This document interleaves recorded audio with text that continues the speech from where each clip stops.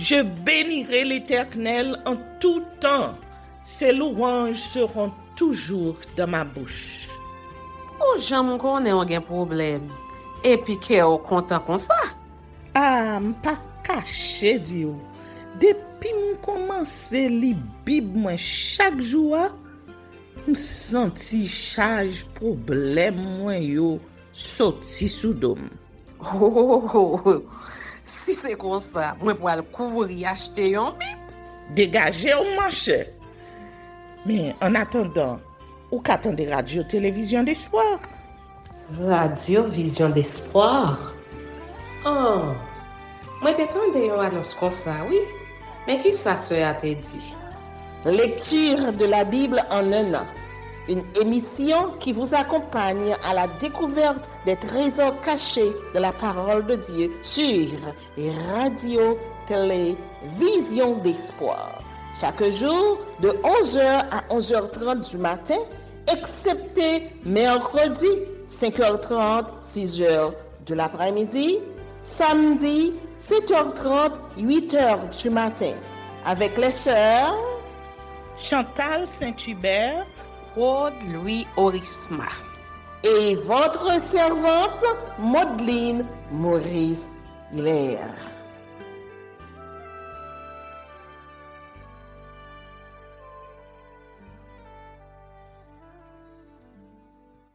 Saint-Esprit de Dieu, fais-nous la grâce de jouir de ta présence durant cette lecture qui enseigne, convainc, corrige, instruit et qui sauve.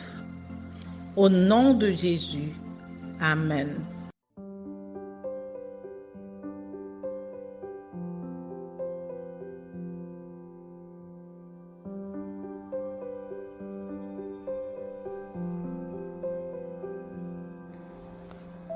Deux Chroniques, chapitre 34.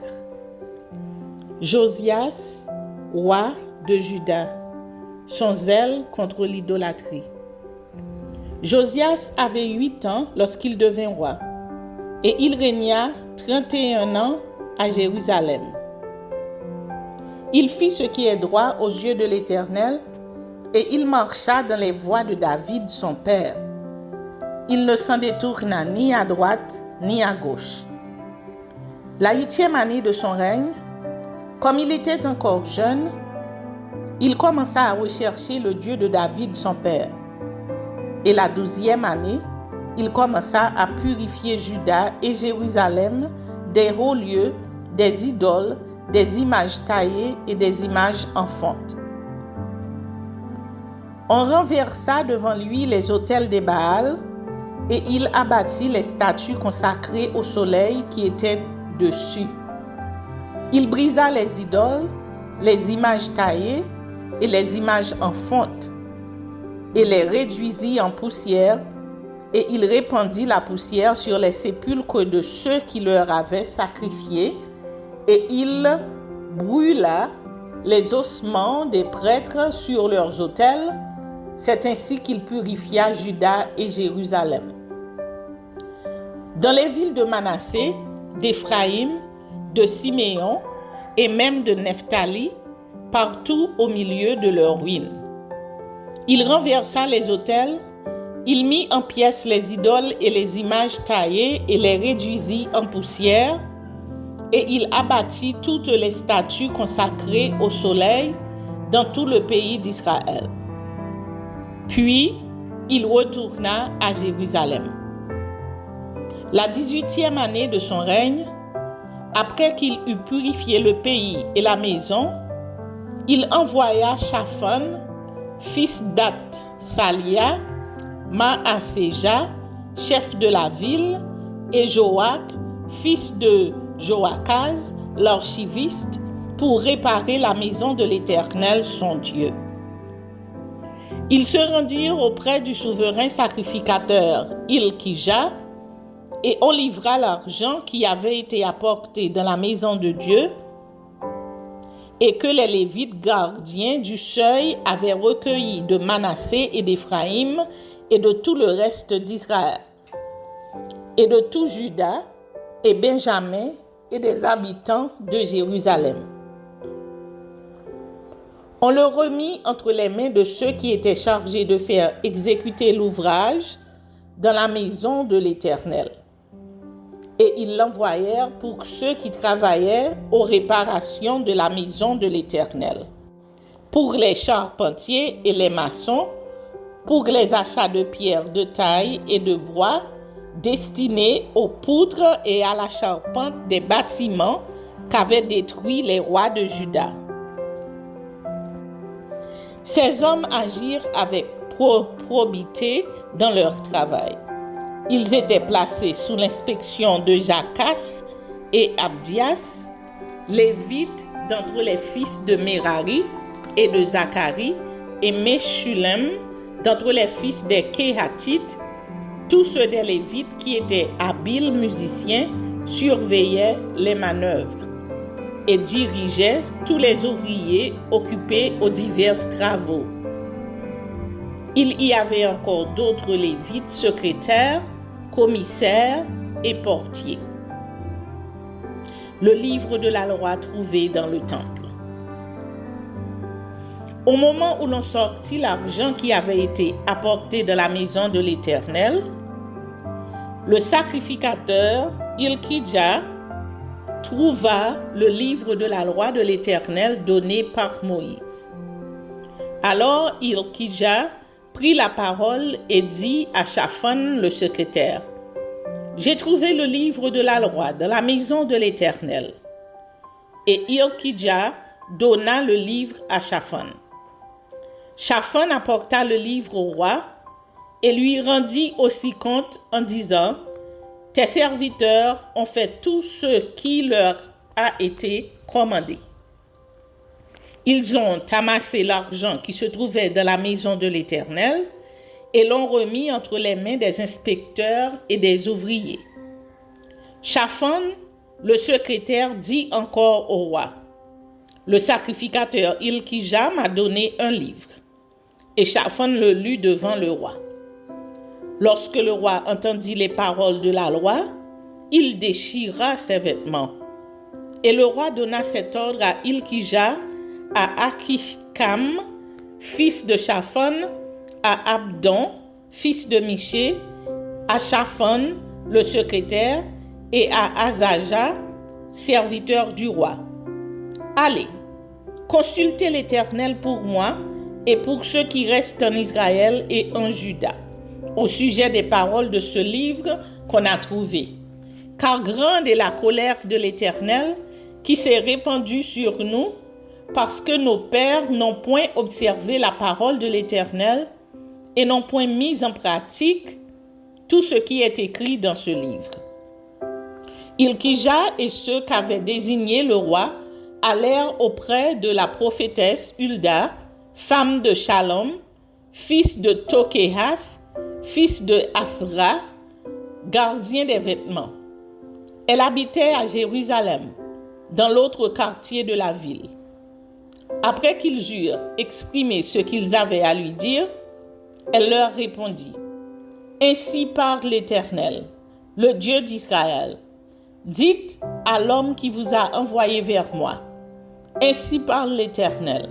Voici, je vais faire venir des malheurs sur ce lieu et sur ses habitants. Toutes les malédictions écrites dans le livre qu'on a lu devant le roi de Juda. Parce qu'ils m'ont abandonné, qu'ils ont offert des parfums à d'autres dieux, afin de m'irriter par tous les ouvrages de leurs mains, ma colère s'est répandue sur ce lieu et elle ne s'éteindra point. Mais vous direz au roi de Juda qui vous a envoyé pour consulter l'Éternel: Ainsi parle l'Éternel, le Dieu d'Israël, au sujet des paroles que tu as entendues. Parce que ton cœur a été touché, parce que tu t'es humilié devant Dieu en entendant ces paroles contre ce lieu et contre ses habitants, parce que tu t'es humilié devant moi, parce que tu as déchiré tes vêtements et que tu as pleuré devant moi, moi aussi, j'ai entendu, dit l'Éternel. Voici, je te recueillerai auprès de tes pères Tu seras recueilli en paix dans ton sépulcre, et tes yeux ne verront pas tous les malheurs que je ferai venir sur ce lieu et sur ses habitants. » Ils rapportèrent au roi cette réponse. Le roi fit assembler tous les anciens de Juda et de Jérusalem. Puis il monta à la maison de l'Éternel avec tous les hommes de Juda et les habitants de Jérusalem, les sacrificateurs et les Lévites, et tout le peuple, depuis le plus grand jusqu'au plus petit. Il lut devant eux toutes les paroles du livre de l'Alliance qu'on avait trouvé dans la maison de l'Éternel. Le roi se tenait sur son estrade et il traita alliance devant l'Éternel, s'engageant à suivre l'Éternel et à observer ses ordonnances, ses préceptes et ses lois, de tout son cœur et de toute son âme, afin de mettre en pratique les paroles de l'alliance écrites dans ce livre. Et il fit entrer dans l'alliance tous ceux qui se trouvaient à Jérusalem et en Benjamin, et les habitants de Jérusalem agirent selon l'alliance de Dieu, du Dieu de leur père. Josias fit disparaître toutes les abominations de tous les pays appartenant aux enfants d'Israël, et il obligea tous ceux qui se trouvaient en Israël à servir l'Éternel, leur Dieu. Pendant toute sa vie, ils ne se détournèrent point de l'Éternel, le Dieu de leur père.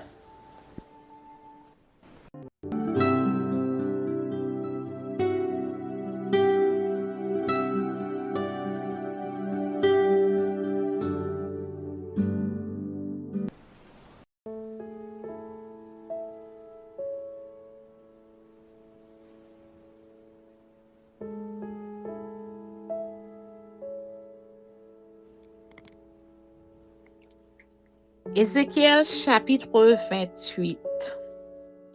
La parole de l'Éternel me fut adressée en ces mots.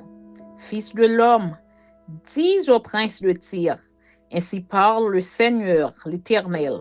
Ton cœur s'est élevé et tu as dit, je suis Dieu. Je suis assis sur le siège de Dieu au sein des mers. Toi, tu es homme et non Dieu. Et tu prends ta volonté pour la volonté de Dieu.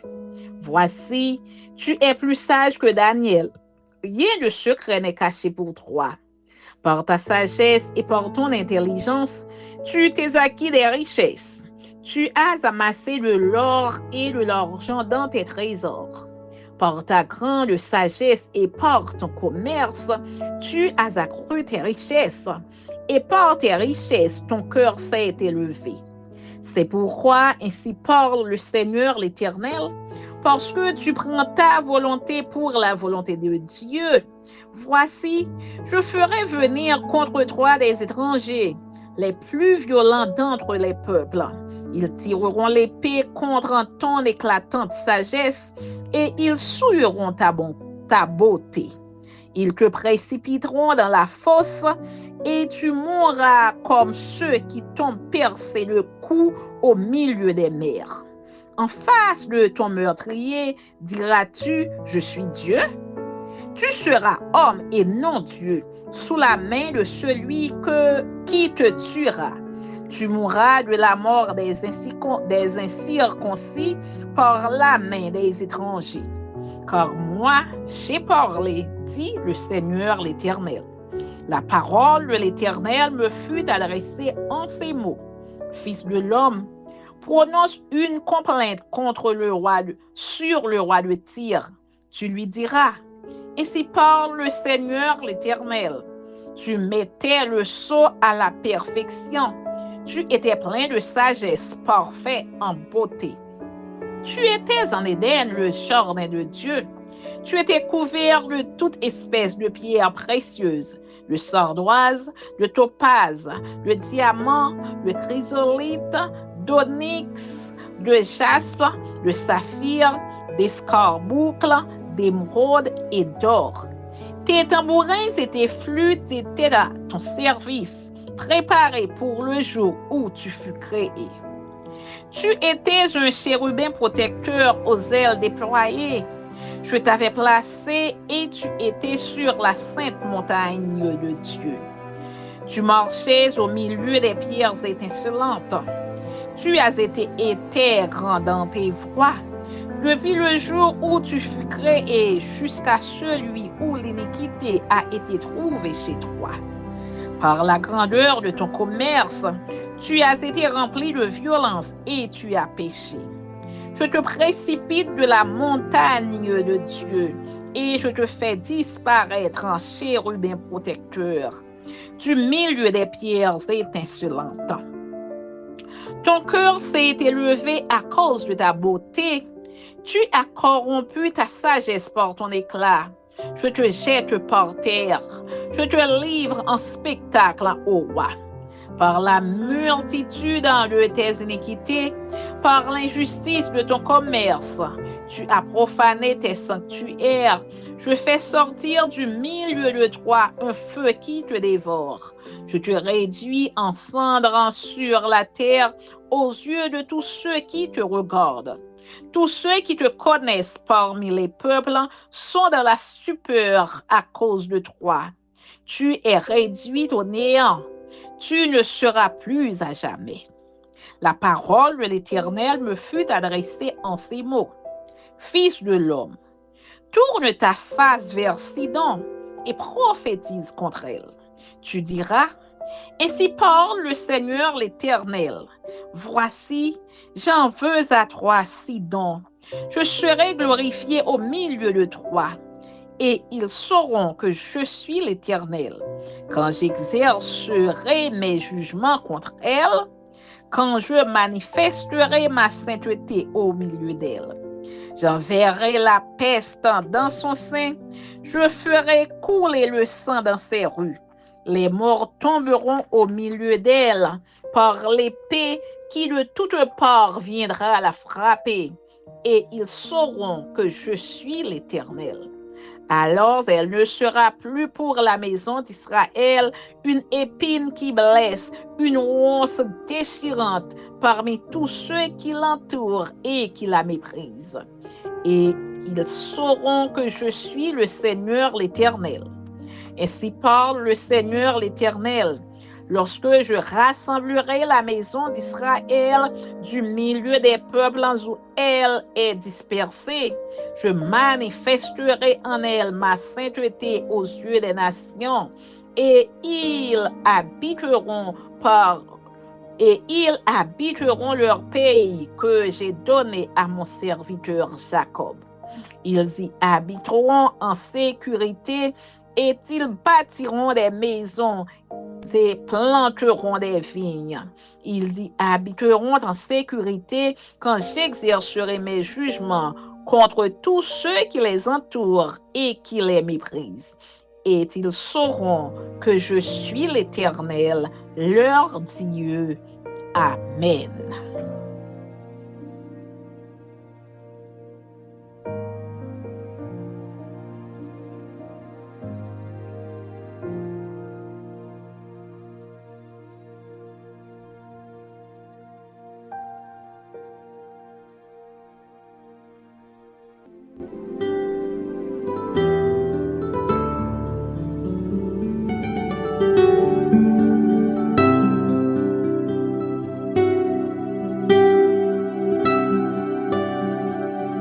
Merci Seigneur de nous donner le discernement dans la lecture de ta parole, que nous y prêtions attention afin d'appliquer notre cœur à la sagesse. Amen. Que celui qui a des oreilles pour entendre, entende, et que celui qui lit fasse attention.